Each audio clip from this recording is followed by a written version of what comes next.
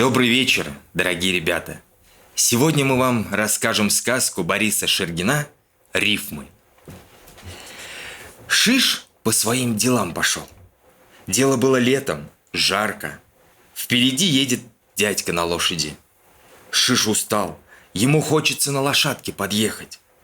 Он и кричит этому дядьке: «Здравствуйте, какой-то Вич!» Дядька не расслышал, как его назвали, только понял, что по имени и отчеству. Он и кричит Шишу: Здравствуйте, молодой человек. «Как супруга ваша поживает? Как деточки?» Благодарим вас, хорошо живут. А если вы знакомый, так присаживайтесь на телегу, подвезу вас. Шишу-то и надо. Сел рядом с дядькой. А Шиш молча сидеть не может. Он только тогда молчит, когда спит. Дяденька, а давайте играть в рифмы. Это что такое рифмы? А давайте так говорить, чтоб складно было. Давай. Вот, дяденька, как твоего папашу звали? Моего папашу звали Кузьма. Я твоего Кузьму за бороду возьму. Это зачем же ты моего папашу за бороду брать будешь? Да это, дяденька, для рифмы. Скажи, как твоего дедушку звали?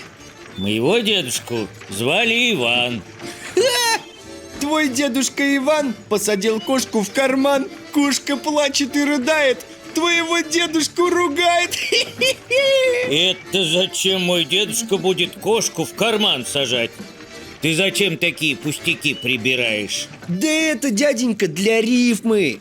Я вот тебе скажу рифму. Тебя как зовут? Меня зовут Федя. Если ты Федя, то поймай в лесу медведя. На медведе поезжай, а с моей лошади слезай. Дяденька, я пошутил.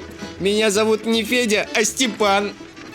А если ты Степан, садись на аэроплан. На аэроплане и летай, а с моей лошади слезай. Дяденька, это я пошутил. Меня зовут не Степан, а Силантий. А если ты Силантий, то с моей лошади слезантий. Что ты, дяденька? Такого и слова нет. Слезантий. Хотя и нет, все равно слезай.